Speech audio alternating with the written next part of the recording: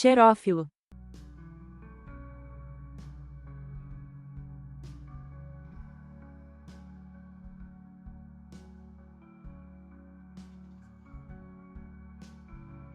Hello, my friends. I'm Mike DiVerde. I'm one of a group of people looking for ways that might address the homelessness crisis and, simultaneously, climate change.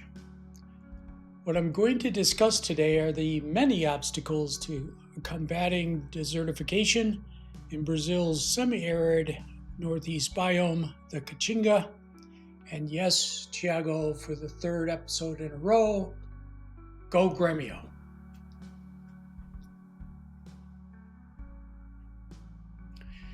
Xerófilo will face a number of challenges, and each of these obstacles must be overcome to reach success.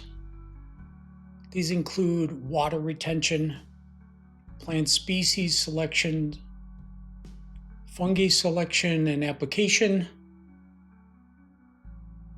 soil processing and amendments, microfertigation schedules, equipment, funding, legal formalities, and social acceptance.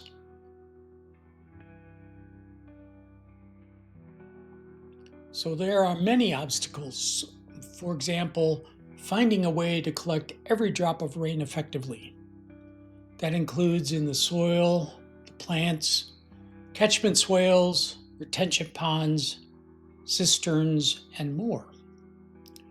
Runoff not only wastes the water, it also creates massive erosion, which is a leading cause of degradation and desertification. Finding the right combination of plant species that can synergistically restore the Caatinga is another obstacle. We will focus exclusively on native species, even when exotics are recommended for particular attributes, due to the unknown unknowns involved that always appear in hindsight to have obviously been poor choices. Another challenge for us is determining the best ways to reestablish fungi that symbiotically exchange their water and mineral resources with the plant's roots' excess sugars. We've researched some of the best arbuscular mycorrhizal fungi to focus on and how they might be paired to various plants. You see, it's not just Portuguese that I have trouble with, I have trouble with English too. Another challenge is determining the best types of soil amendments. That's going to be critical. We favor the use of biochar for many reasons. However, talking about biochar is like talking about cake. The ingredients and the algorithm of the recipe determine the characteristics of the final product. Biochar from goat manure is not the same as biochar from coconut husks. Biochar from a low-temp open kiln for the afternoon is not the same as that processed at 650 degrees Celsius for 15 minutes inside an automated production facility.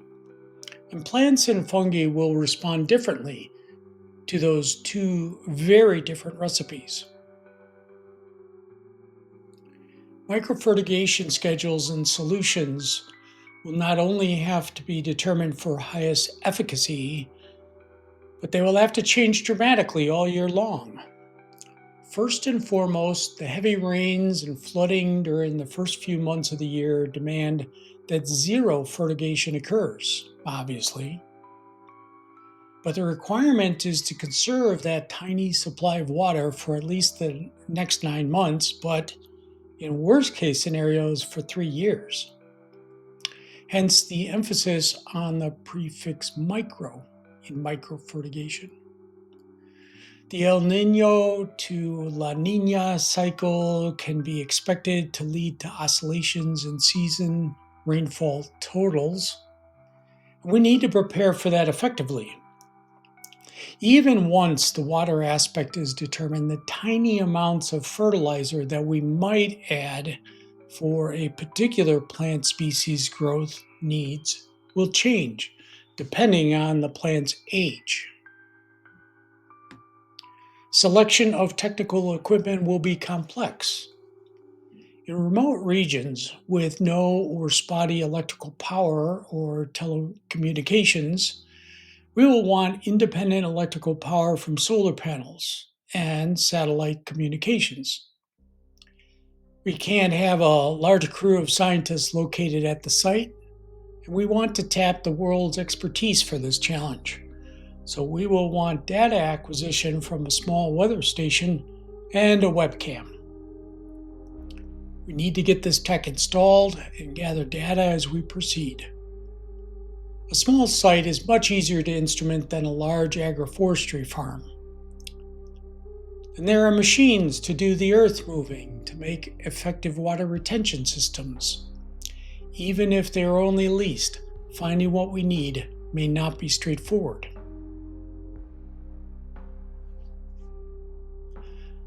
Funding the first decade of this effort will be tough, and it can be expected to take at least that long to stabilize the systems effectively. Initial grants will be required, as will some business loans. But the enterprise must develop its own self-sustaining revenue stream. And the list of suitable products is quite short, as the business opportunities are limited by narrow resources. Legal documents to incorporate the business and develop the long-term leases will take time and money. And complying with Brazilian tax law has a brutal reputation for complexity, resulting in both long time spans and high expenses. And none of this covers the international aspects of this business. The truth is that most new types of enterprises face some form of resistance from groups of people that feel threatened by change. That is to be expected. Gaining their trust and, at the very least, their neutrality will be important. So we plan to reach out first to the groups that are already fighting the good fight. Much more on AMAFE is shown here in a later episode. In the next episode, what I would like to do is show a brief series of sketches of how I think we might approach the very first pilot installations.